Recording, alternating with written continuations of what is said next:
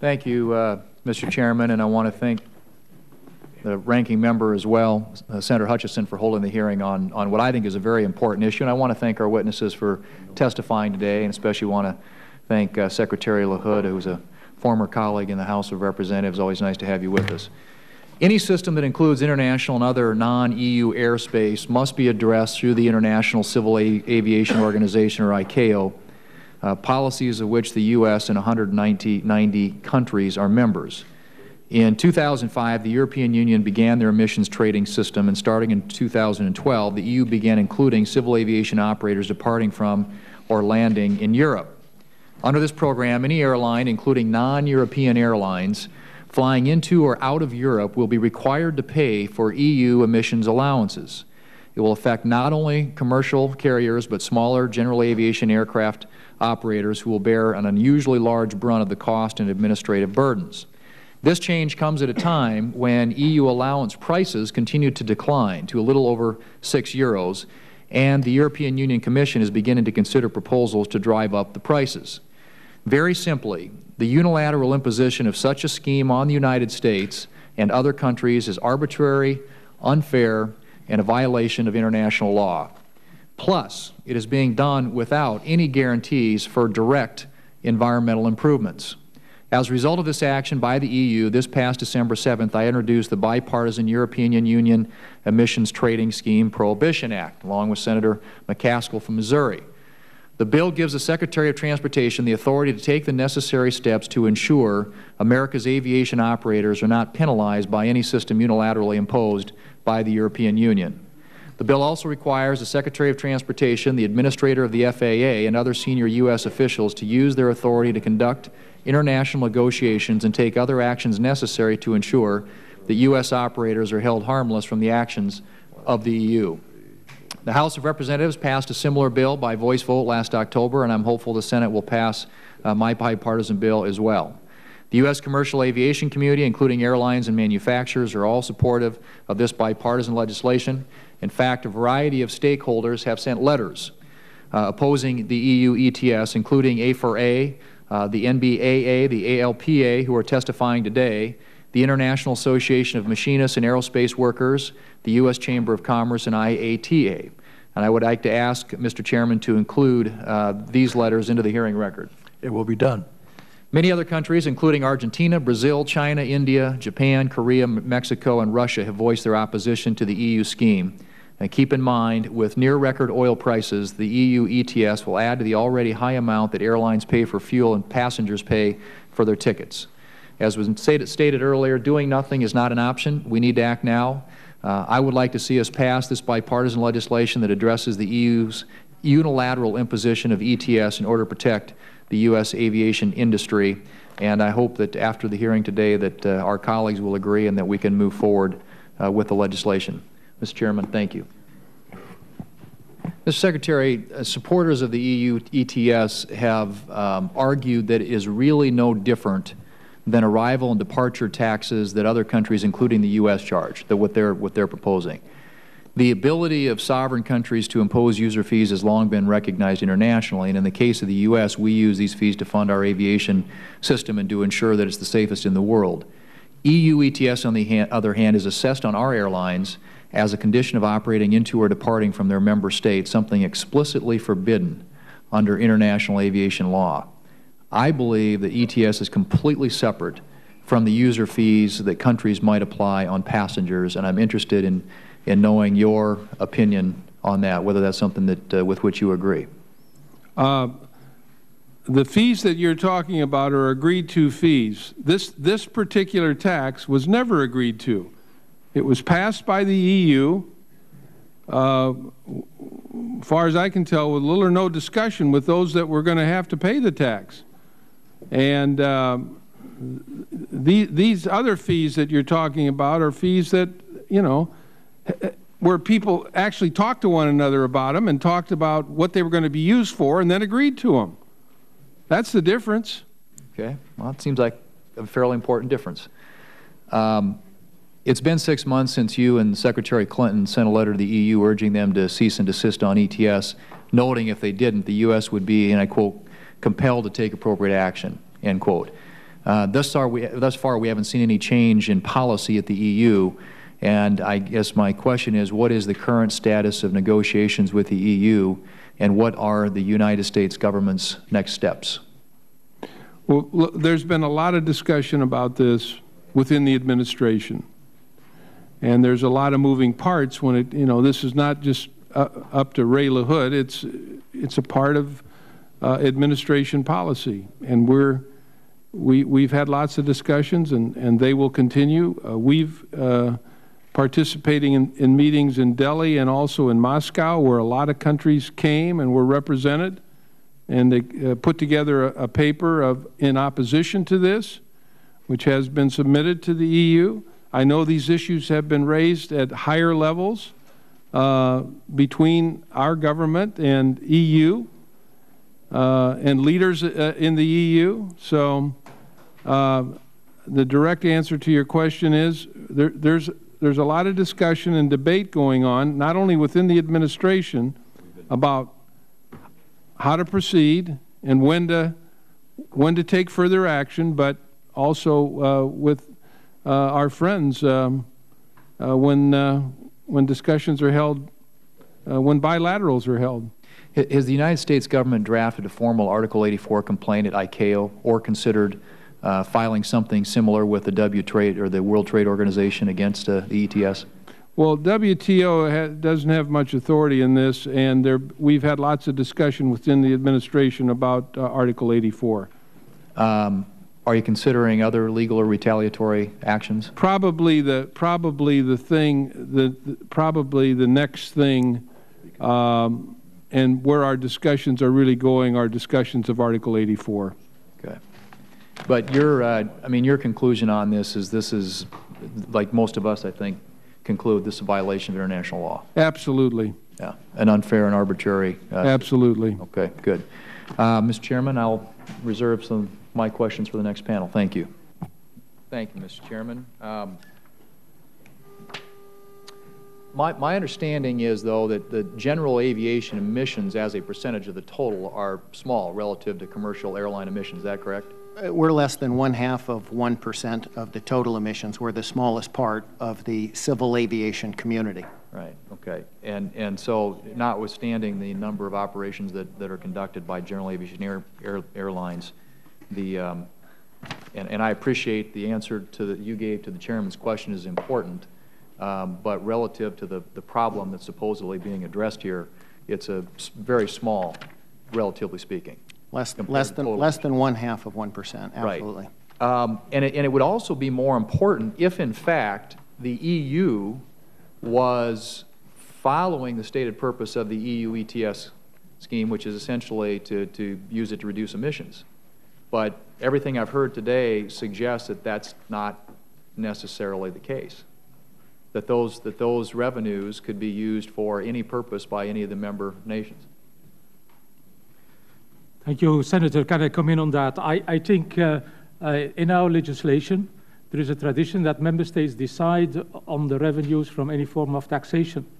But for once, they made an exception and made for the revenues generated to their benefit from aviation and auctioning aviation allowances, that they have undertaken an explicit commitment to use that revenues for all efforts to reduce emissions from aviation.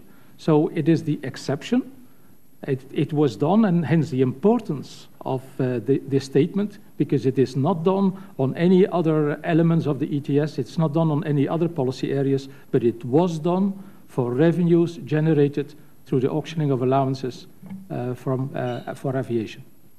Well, maybe I'm missing something here then, because to clarify that point, that may be the suggested use or some sort of understanding, but I don't think there's anything that requires or stipulates that any member nation would use those penalties that would be assessed if somebody doesn't have allowances, the financial fees that would be assessed that would then have to be used for reducing emissions. Is that, two different questions it sounds like you're asking, Senator. One is, when emissions allowances are auctioned in the EU ETS, are there any requirements that revenues from those auctions, if airlines choose to buy buy allowances at auction, which they're not required to do, they can buy them from other places, but if they choose to buy them from an auction held by a sovereign government, is there anything that requires them, the sovereign government, to spend the money on climate change-related activities or on aviation-related activities? And I would just point to page 9 of my testimony, footnote 25, cites to the German legislation that requires the German government any revenues raised from auctioning aviation emissions allowances must be spent on the Energy and Climate Fund, which goes to climate purposes around the globe. That sort of contradicts, I think, Ms. Young's testimony.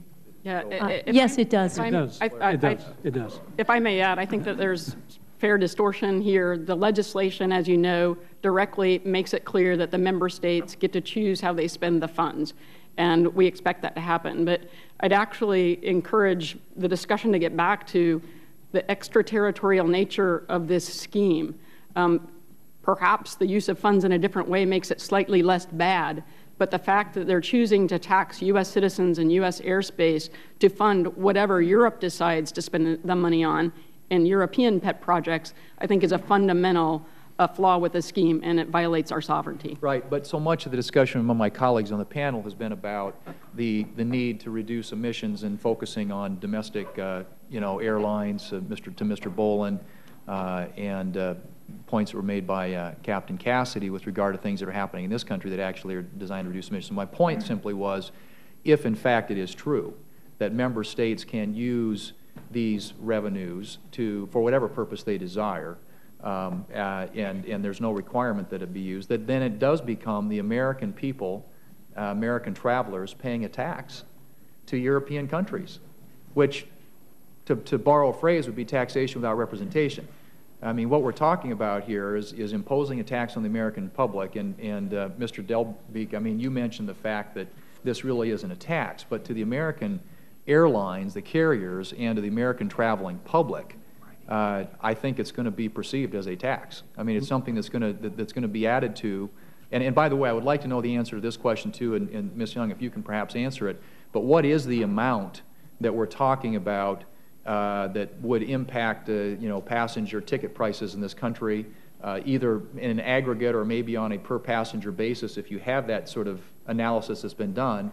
And secondly, are those costs already today being passed on? In other words, are we already starting to see the implication of this, the additional cost for American travelers? Our estimates are that this scheme will cost U.S. airlines $3.1 billion between the beginning of 2012, when it went into effect for us, and year-end 2020. That means that U.S. airlines will have less money to spend on new equipage, sustainable alternative fuels, which I hope we'll get a chance to get into, since that's another measure I think that's really critical that we haven't gotten into today, and the like. To date, our airlines have advised us that they have not increased their fares to cover this. In fact, you saw a 30% increase in fuel prices in 2011. I think that's pretty much to explain why fares may have gone up a fair amount in 2012. So the bottom line being, there's going to be a $3.1 billion cost to either the airlines, or if they can pass some of it on to the consumers. And we get back to the key question: should U.S. airlines and U.S. consumers be paying a tax to European coffers on an extraterritorial scheme where the EU will use the money however it will? Senator, I'd like to follow up on that, because for the private companies that are caught up in this, they are already spending thousands of dollars per year simply to register with the Europeans.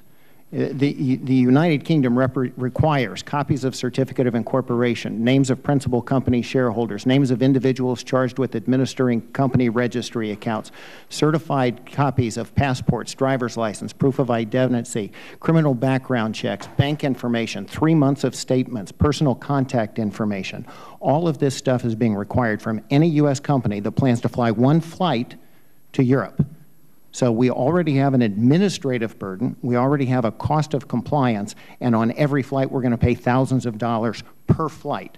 This is an enormous cost. Have you done the same sort of analysis, just more, with indulgence of the chair, that Ms. Young was talking about, the commercial airlines having done, that quantifies over like a 10-year period what that cost may be? Or I know you've got specific examples of costs that are already being imposed as a result of the administrative burden associated with this, but... We've not yet aggregated them, but we will. Okay. Yeah. Thank you very much, Senator. If I can make a point, first of all, and for the record, this is not a tax. The cap-and-trade scheme has been recognized by ICAO as separate from a tax and a charge. So in that sense, we cannot continue talking about a tax. It is not a tax, because an airline that needs allowances can buy these allowances on the market. It does not have to pay a revenue to the tax authorities. It has the option to go for the auctioning exercise, but the auctioning exercise is a tiny part of the entire exercise. And by the way, American Airlines get, on average, 90% of their allowances for free. So I think that the cost calculations that have been advanced are wildly exaggerated, and I'm in your hands to contribute more evidence on this issue. According to our calculations, and we see that American Airlines are taking their precautions for that, we are talking about $2–3 per transatlantic flight in terms of potential cost increase. And the final point I want to make is to Mr. Boland, and on the costs of administration related to the exercise. They are absolutely small, and we have special provisions for small operators below 25,000 tons, and these provisions apply exactly in the same manner to European operators as to American or non-European operators. It is a very important principle not to create any discrimination or distortion based on nationality when it comes to registration or whether it comes to the other provisions of the law. Thank you very much. Sir, one of the things that we really need in this industry is consistency and stability. We really haven't known any kind of normalcy from 9/11, to present. We went through that crisis, the terrorism crisis, the wars, the global meltdown, gyrating fuel prices, et cetera, et cetera. This is yet another thing that introduces another level of instability into an industry which last year alone, domestically, didn't even come close to netting $1 billion worth of profit. That's spread out right across the board. On any given time, just with the airlines that we represent in the Airline Pilots Association, we have a few members that are going through bankruptcy. We have some who are trying desperately to avoid it. We have a few who are going through mergers. And when you overlay the already very, very significant and profound impact that just energy costs alone have, when you start looking at the inconsistency of this kind of thing and almost invariably unpredictable impact it's going to have on the industry, that's a most unwelcome development. I think the other thing that needs to be emphasized also is that pursuing something through ICAO does not preclude another solution from being achieved while the Article 84 process is playing out. That's merely a means of resolving a dispute between some of the members that form the ICAO, the group of about 190 member nations that comprise ICAO. ICAO has been a great agency for creating international standards and recommended practices with licensing, radio nomenclature, accident investigations. Most recently, they've done some great stuff in terms of ensuring the safe transport of hazardous materials such as lithium batteries internationally, safety management systems, et cetera, et cetera. It may not be the most expeditious process by getting things done, but at least it has the gravitas of the entire world behind it. I think that we should be pursuing that instead of this ad hoc thing, which could actually have the opposite effect. And my time's expired, Madam Chair, but if I could just make a closing observation. I hear everything that you're saying, and the thing I can't get around to our friends from the EU is why we didn't use that mechanism in the first place if you're going to go about doing this. This does appear to an American citizen, an American traveler, as one, a violation of international law, a violation of American sovereignty, and an illegal tax. And what I heard you saying today is that you're not going to suspend it, and I heard Secretary LaHood say we're discussing and debating it, what to do next, and at the same time, American airline carriers, commercial carriers, and general aviation travelers are being hit with this. So what to me that suggests is the way to force some action on this is a legislative solution. I think that's going to be the only way, Madam Chair, that we're going to be able to force what should have happened in the first place to happen, and that is to go to ICAO and get this resolved. Because otherwise, it looks to me like there's just going to be a lot of discussing and debating on our end and no attempt to fix this on yours. And right now, the more I think the American people find out about this, the more upset they are going to be. So I hope we can move some legislation, and I thank you all for your testimony, and